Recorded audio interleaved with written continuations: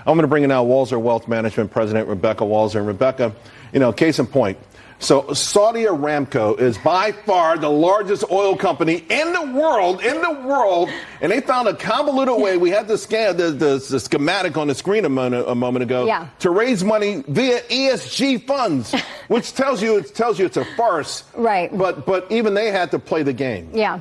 I mean, that's it. Wall Street has made, and certainly Larry Fink, BlackRock has made it very clear that ESG is the way forward, and even wants, carbon cost capture on financial statements, which Europe has already moved towards that direction. Now America's moving in that direction. And the thing is, what does this mean? What does it mean if it can be so obfuscated that this is a Saudi Aramco bond because we created special, vehicle SVPs and all of these things, so legally separated from Aramco and issue bonds, yet in fact it is actually all tied back to the gas and oil pipelines. And so how in the world did this happen? And of course, I think it was last year when Elon Musk took over Twitter, they got so upset they kicked his Tesla out of the ESG. Like if any company was the poster child for ESG, it would have been Tesla. That just shows you how much BS is going on here. It's the new. Are you part of the club? And if you're not part of the club, if you're old school, if you're not green, you're out of the club. And so Aramco is just doing what it needs to do business. And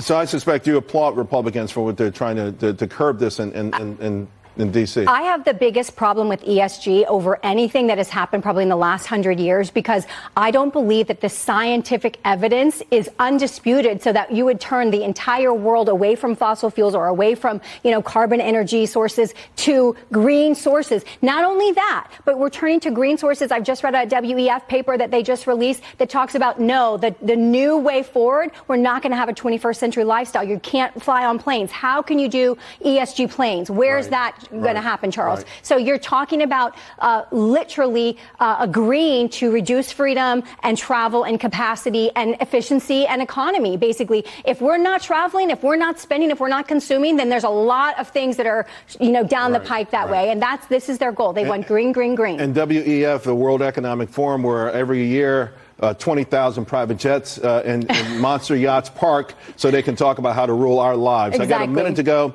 The CPI number came in lower than expected. Yeah. And one part of the debate here, and I thought about you, is some are saying it's starting to come down too fast. It's one thing to say, okay, inflation is going down, but why is it going down? Because you have somewhat of a dire outlook for the economy. You still feel that way? Yeah, Charles, for sure. I mean, how do we go from over 9 in June of last year to 3 basically this year? And we've had the rates now for a while. We've only had, a couple of raises at this year. So yes, I feel that way. People are just not looking at the macroeconomic picture. Big BRICS movement, Russia announcing, gold-backed alternative reserve currency that will be talked about it in Johannesburg, South Africa next month. So we're really keeping an eye on Saudi Arabia and the BRICS nations. All right. And before I let you go, I got to say congratulations. Number three in Investopedia's top 100 financial advisors for 2023. Congratulations. Thank you, Charles. So sweet. I appreciate you mentioning that. You're always on the list, but is this the first time you cracked the top 10? Yeah, it's the first time in top 10. We were shocked. We were like, okay, we made the list, great. And then we were like, wait, we're actually in the top 10. Number 3, that's amazing. Because the professionals are in there, them. So they're amazing. It's great. Great achievement. Thank you so much, Charles. See you Thanks soon, for Rebecca. having me. All right, folks, coming up.